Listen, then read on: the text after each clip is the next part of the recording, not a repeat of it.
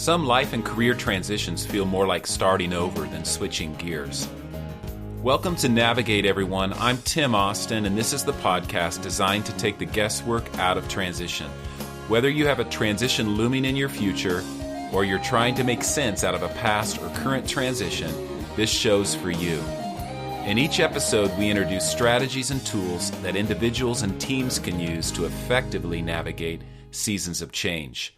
At Navigate, it's all about leveraging the challenges of change for optimal growth. Today, we'll be having a conversation about starting over. Some transitions feel more like starting over than others, and we'll be talking about why that is and how these seasons can be fertile ground for both personal and professional growth. Joining me today is a guy I first met in Central Asia while I was doing a series of workshops there a couple years ago. John Heaton is an author who writes under his name J.A. Heaton. Having lived and worked overseas for about 10 years with his family, John now lives and writes action-adventure thrillers in Illinois, along with his writing companion, a dog named Ginger. So let's talk about starting over with John Heaton. Hi, John. Thanks so much for joining me today. Hi, Tim. I'm glad to be here. Well, I'm really glad we were able to connect today in this conversation.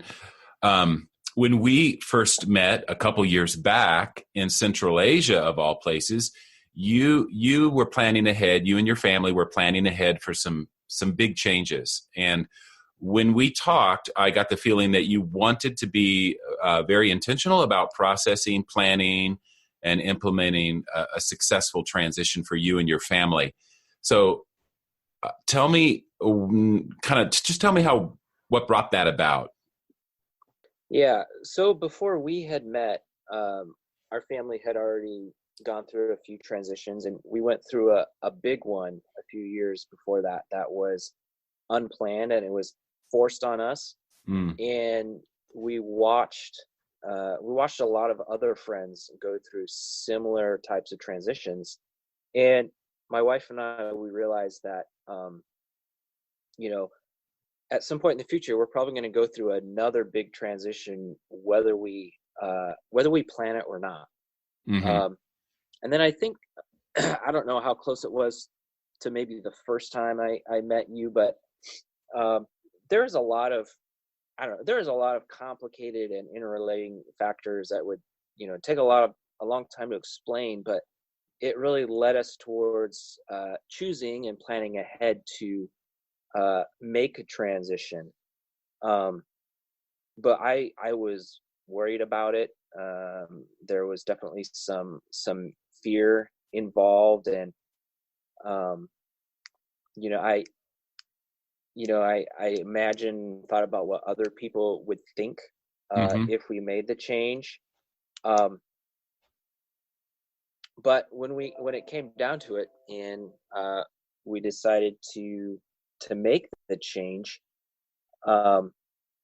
we had seen enough people go through a lot of changes, and we felt like, wow, this is really important that we do it well and prepare and plan, not only for our sake, but also for our kids' sake, because they were getting older at that point as well.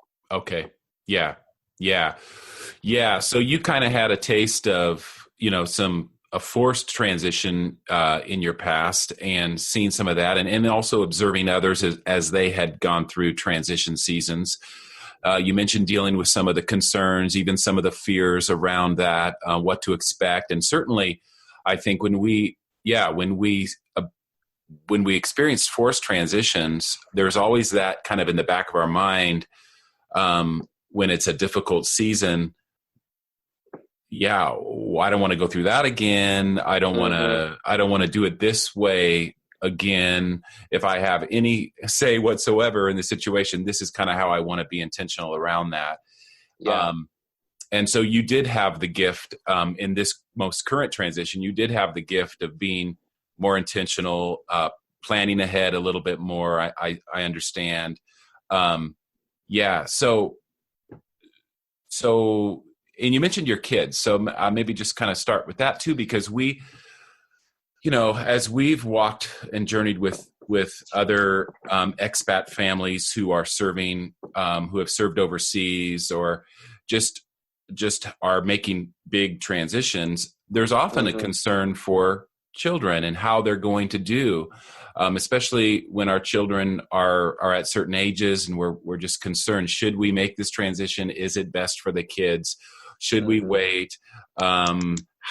Yeah, you mentioned fears again. Maybe some fears around that. What were some of you guys' biggest concerns around that? Yeah, well, for our kids, when we first went overseas, we had one child, and he was 10 months old. He wasn't even 1 year old yet. Okay. And then by the time we were transitioning to come back to America, we had 4 children, and I think the oldest one was 10 years old. Okay. And so, when you only have kids that are very young, Right. they're happy and content to go wherever and do Yeah. whatever because they're with mom and dad. But when we were looking at making this transition to America, we were taking our kids away from a school that they had loved.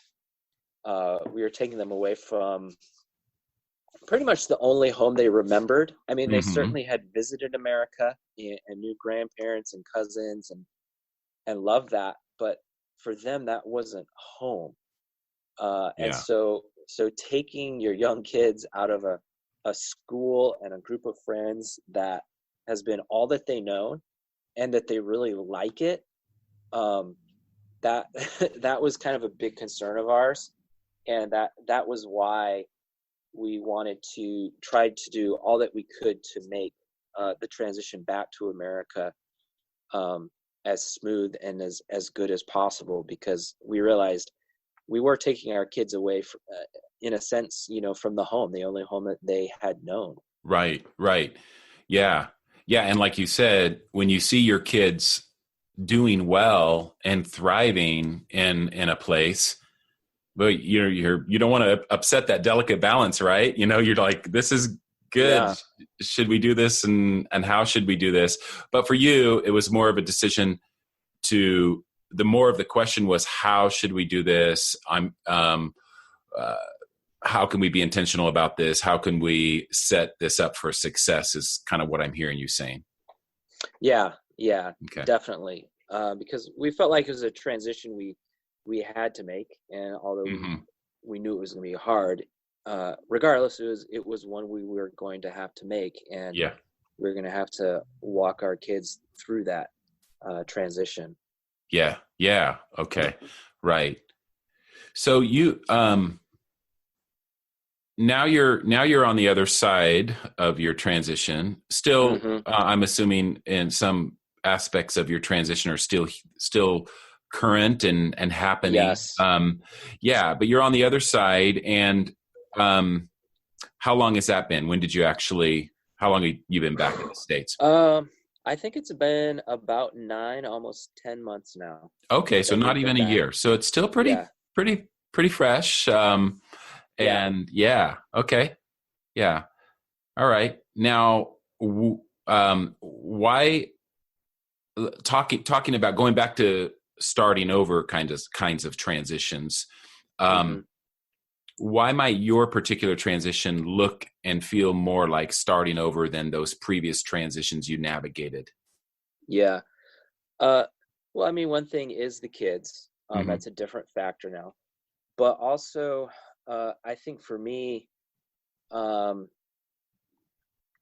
it was a big professional change. My role and professional work overseas changed several times, and we tweaked it several times.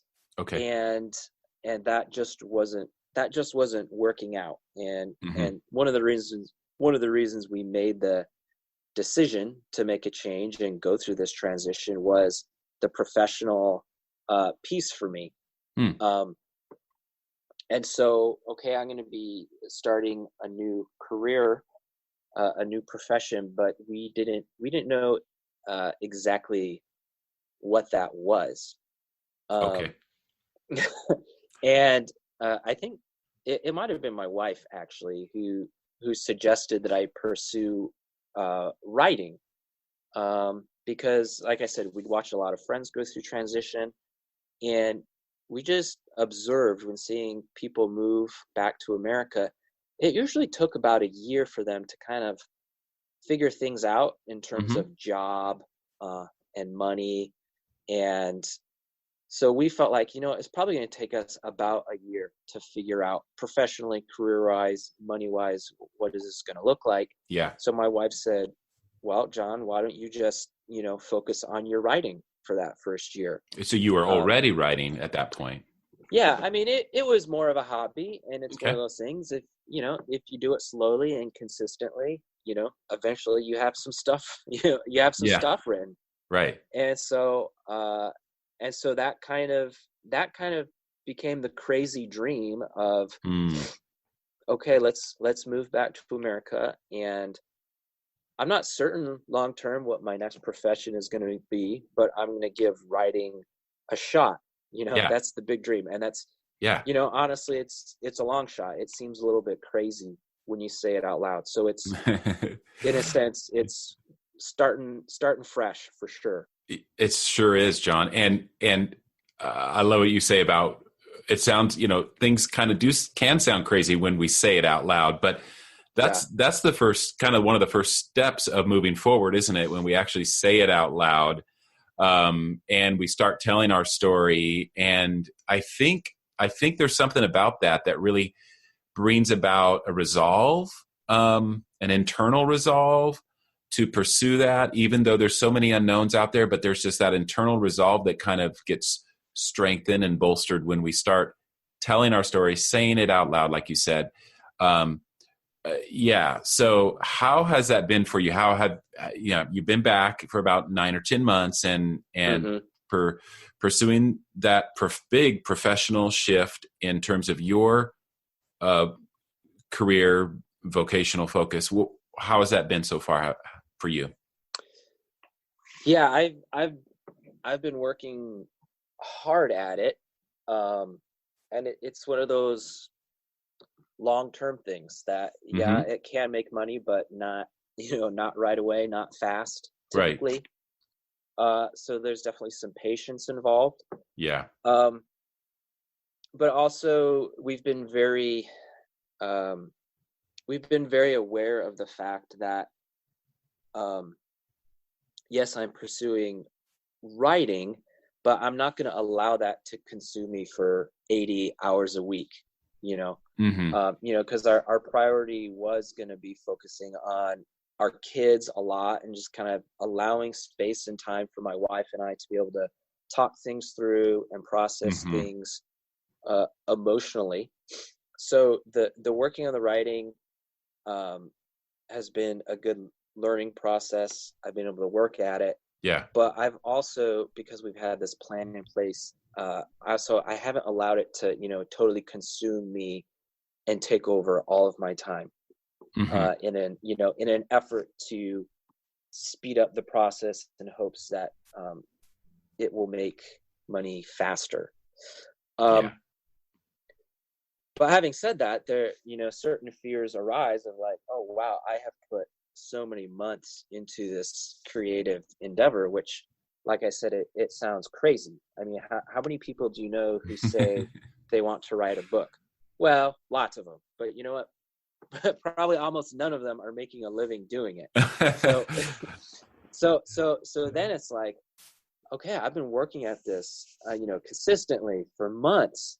And, what if we get to the end of our first year of transition and it was an abysmal failure? How am I going to feel then? Um, So so dealing that, with some of those what ifs, yeah, what if questions. Yeah. Mm-hmm. yeah, dealing with what ifs. Yeah. But, I remember when we were trying to make our decision whether or not we should transition, because um, it was a complicated decision, and there were a lot of great things about where we were overseas. It was not an easy decision. Like I mentioned, our kids really liked it there. Yeah. I worked with a lot of great guys, and I Mm-hmm. really miss working with some of those guys. Right.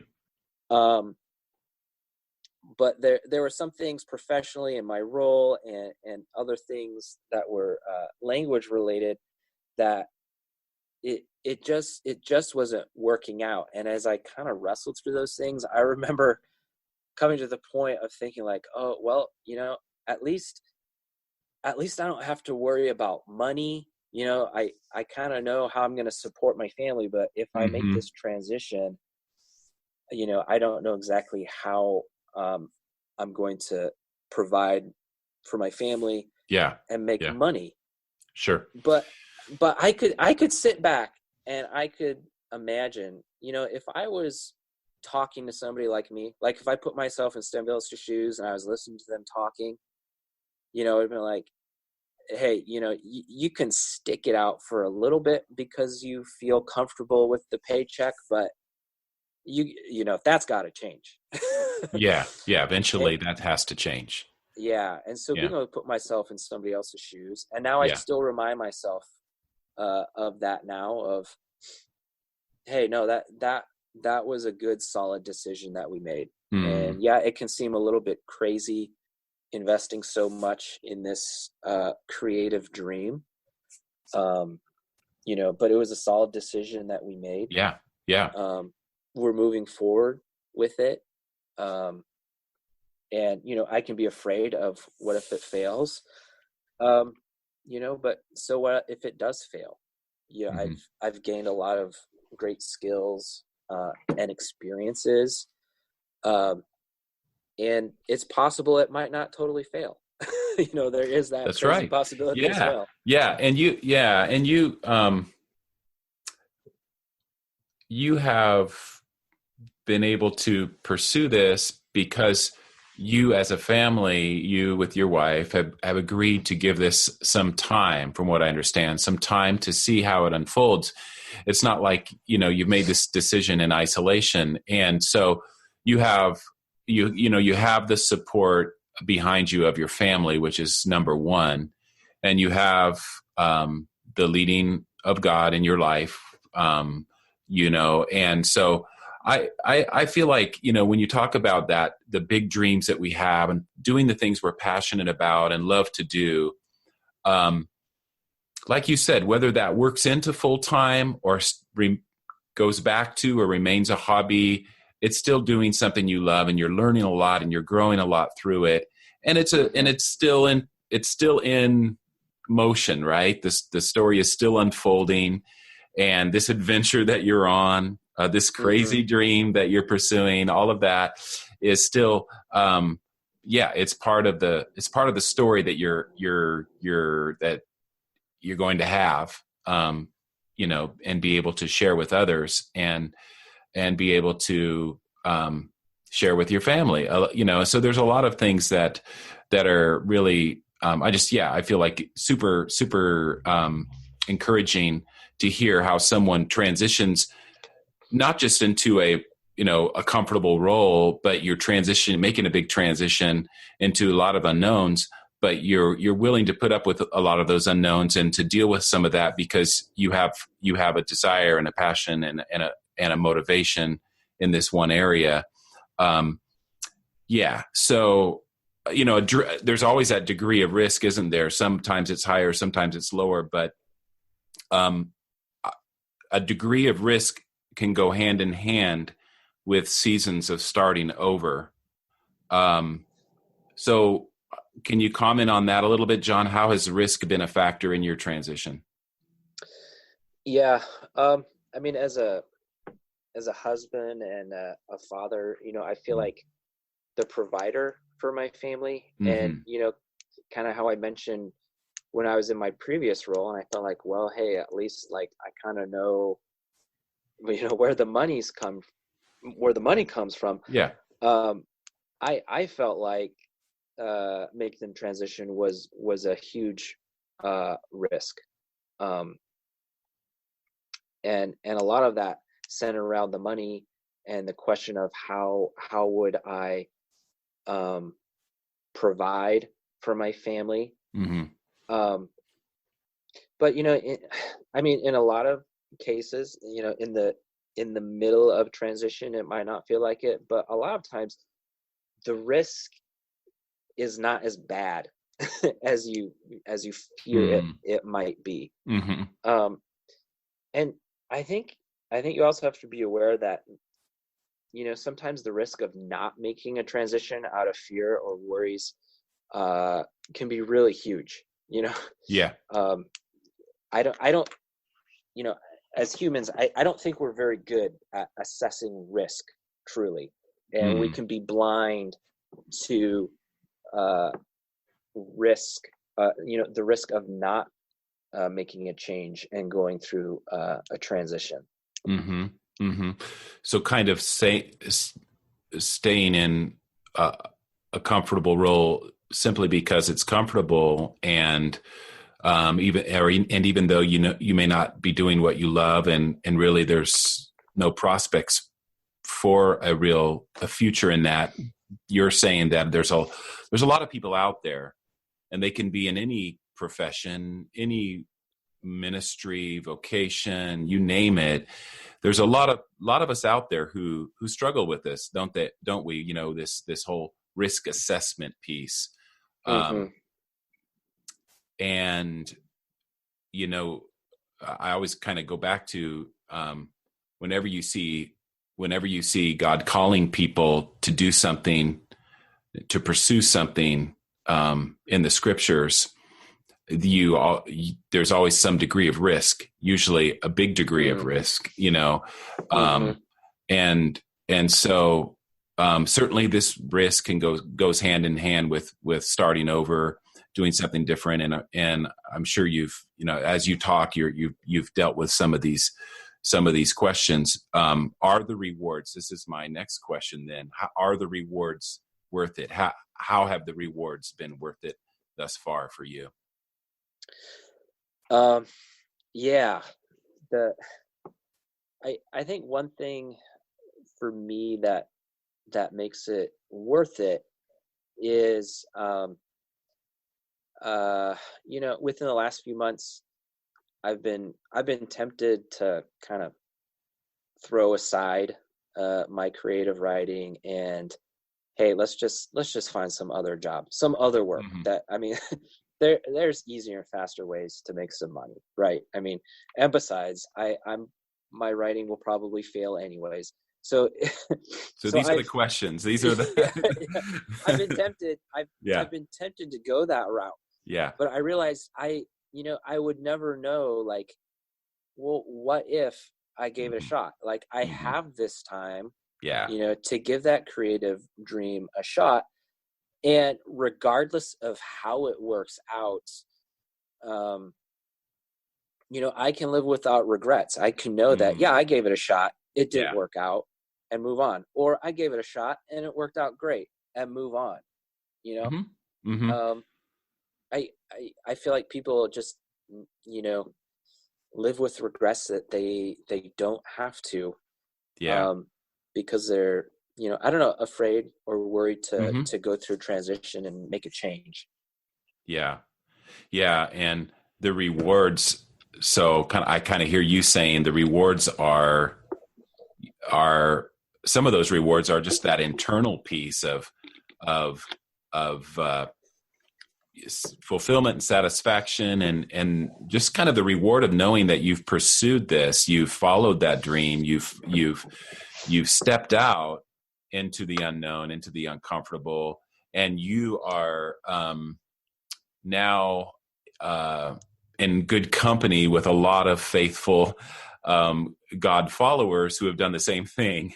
And I think when the story is all told, and we look back, or our life is kind of played out in front of us, I just don't feel we're going to regret those times, when those seasons we're in, when we've really stepped out like this and done something like you're doing, pursuing a dream. Yeah, I agree. And I think, kind of on the opposite side, it's very easy to look back and regret, oh, why didn't I try that? Why didn't I give that a shot? Why was I afraid of that? Why was I worried about that? So true. Yeah. And so just to, live without those type of regrets is is an awesome reward. Yeah, that in itself. Yep, that's for sure. Well, as we kind of wrap up our conversation today, John, what would you say to a listener today who might be facing a big ministry or career shift and is feeling lost in that fog of uncertainty and possibly struggling with some of the fears that we talked about today?